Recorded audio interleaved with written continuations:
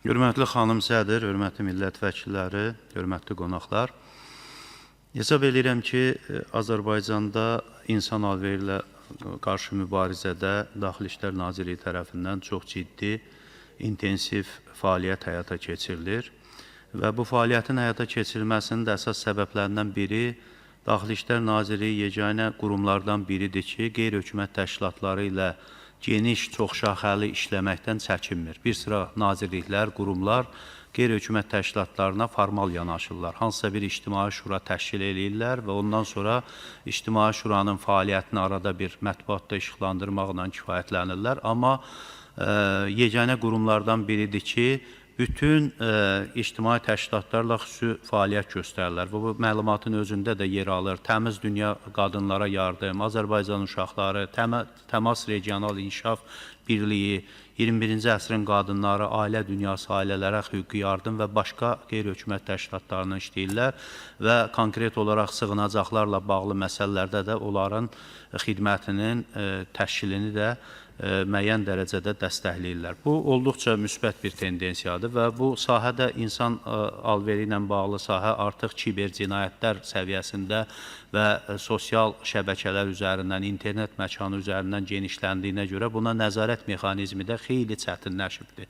Burada xüsusi ixtisaslaşma tələb edən fəaliyyət var və ona görə də bunun öhdəsindən gəlmək indiki şərtlərdə çox çətindir və hesab edirəm ki, əsasən bunun öhdəsindən gəlinə bilir. Burada bir neçə məsələyə mən toxunmaq istəyirəm və təklifimi vermək istəyirəm. Xüsusilə məlumatda qeyd olunur ki, reydlər zamanı demək, küçə həyatına məruz qalan, dilənçilik eləyən və qeyri-qanuni qulluğa cəlb olunan 616 azyaşlı müəyyən edilərək onların hüquqa zidd əməllərə təhrik etmiş 354 valideyn haqqında qanunauyğun tədbirlər görülmüşdür. Bu, uşaqlarını dilənçiliyə sövq eləyən hansı valideyn ola bilər? Demək, valideynə yenidən bunu qaytardınsa, bu uşaqlar başqa bir formada gələcəkdə yenə bu fəaliyyətə yönləndiriləcəklər. Bizdə bir xüsusi internat yaxud da hansı bir mexanizm o səviyyədə qurulmalıdır ki, küçədə dilənçilik eləyən hansısa uşaq tutuldusa, dərhal ora göndərilməlidir və valideynin əlindən alınmalıdır. Bu uşaqlara dövlət sahib çıxmalıdır. Dövlət hansısa formada bunun yenidən küçəyə qayıtmasına imkan tanımamalıdır. Çünki bu, gələcəkdə böyük bir problemlərin ortaya çıxmasına səbəb olacaq, bir nəslin məhv olmasına səbəb olacaq. Sosial şəbəkədə də bu yaxınlarda gördük. Küçədə bir-birini döyən, əzişdirən, bir-birinə fiziki xəsarət yetirən həmən dilənçi uşaqların ancaq küçədən keçən vətəndaşlar sonra da polis qayğısına qalır, hansısa bir şəkildə o davanı yatızdıra bilir. Amma bu çıxış yolu deyil axı. İkinci məsələ, bu günlərdə sosial şəbəkədə də bu səsləndirildi. Hansısa məktəb direktoruna valideynlər dini təhsil almaq üçün pul veriblər ki, uşaqlar ayrı yerdə dini təhsil alacaqlar, məktəbə gəlməyəcəklər.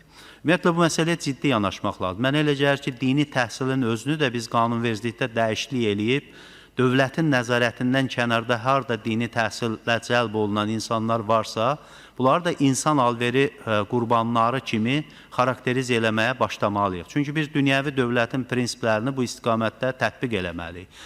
Və hər hansı bir şəkildə bunun məktəblərdən uşaqların və dünyəvi təhsildən uzaq düşməsinə imkan vermir. Təbii ki, inançlara görə insanlar dini təhsil ala bilər, amma bunun dövlətin nəzarəti altında olan müəssisələrdə etməlidirlər və dövlət də bu məsələni öz mütləq demək nəzarəti altında saxlamalıdır. Və bu məsələ ilə bağlı mən hesab edirəm ki, Daxili İşlər Nazirliyi tərəfindən də müvafiq prezident administrasiyasına müraciət eləyərək bir qanunvericilikdə bir dəyişiklik təklifi olsa və bu sahənin də insan alveri kateqoriyasına aid edilməsini təmin edə bilsələr, bu hər halda müsbət ola bilər. Doğrudur, bunun indi məktəbdə təhsilə təsir edəcəyini söyləmək olmur. İndi baxın, aprel ayının 20-sində 9-cu siniflər, başqa siniflər imtahanlarını qutarıblar. Bizdə də uzatmışıq iyunun 15-nə qədər təhsili, dərs müddətini. Bir ay yarım uşaqlar imtahan verəndən sonra kim oxuyar? Yəni, bunu kimsə belə düşünübsə, bu məktəbdən onsuz da uzaqlaşdırma tendensiyası gedir. Heç olmasa, biz başqa meyllərə yönəlməsin deyə, xarici ölkələrdə təhsilə, dini təhsilə cəlb olunmasınlar deyə, indidən qanunvericilik səviyyəsində bunun qarşısını almağa çalışmalıyıq. Mən məlumatı yüksək qiymətləndirirəm, dəstəkləyəcəyəm, təşəkkür edirəm.